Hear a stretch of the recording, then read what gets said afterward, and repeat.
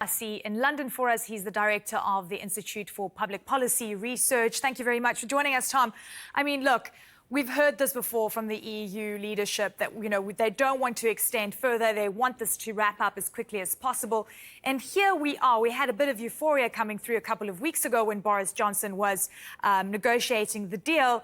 And it's almost like we're back to very close to step one.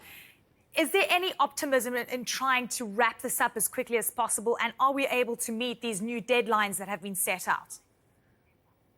Well, I think plenty of people wouldn't see that as an achievement, getting a new deal that's in fact worse than the last deal that was negotiated. In fact, the economic impact shows that Boris Johnson's plan would in fact be almost as bad as a no-deal exit.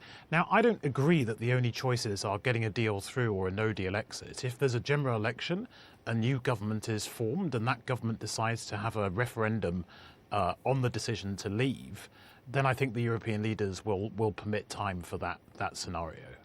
OK, so what do you think of the vote that just came through from the House of Commons that Boris Johnson isn't able to embark on a general election on December the 12th, and he's talking about a plan to bring in a short bill?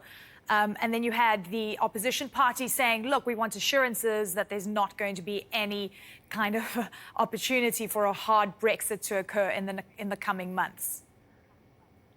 Well, I think opposition parties are reluctant to give the Prime Minister the benefit of the doubt on any topic, whether that's calling a general election or on a no-deal exit. So in the agreement that Boris Johnson has negotiated, if there isn't a new trade deal in place by the end of 2020 and an extension to the transition hasn't been agreed, then Britain would effectively crash out, almost like a no-deal scenario, entering onto World Trade Organization terms.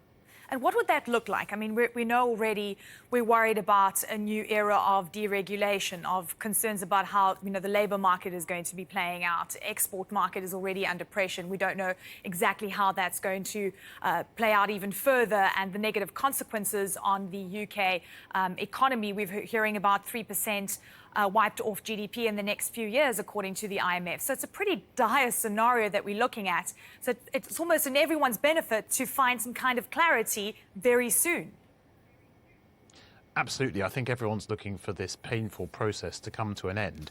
Some people want that process to end by Britain leaving the EU with a bad deal, and others want to stop Brexit and give the people the chance to consider the matter again and to confirm whether they really want to leave on these particular terms, or whether they would rather stay in the EU with the deal that we already have.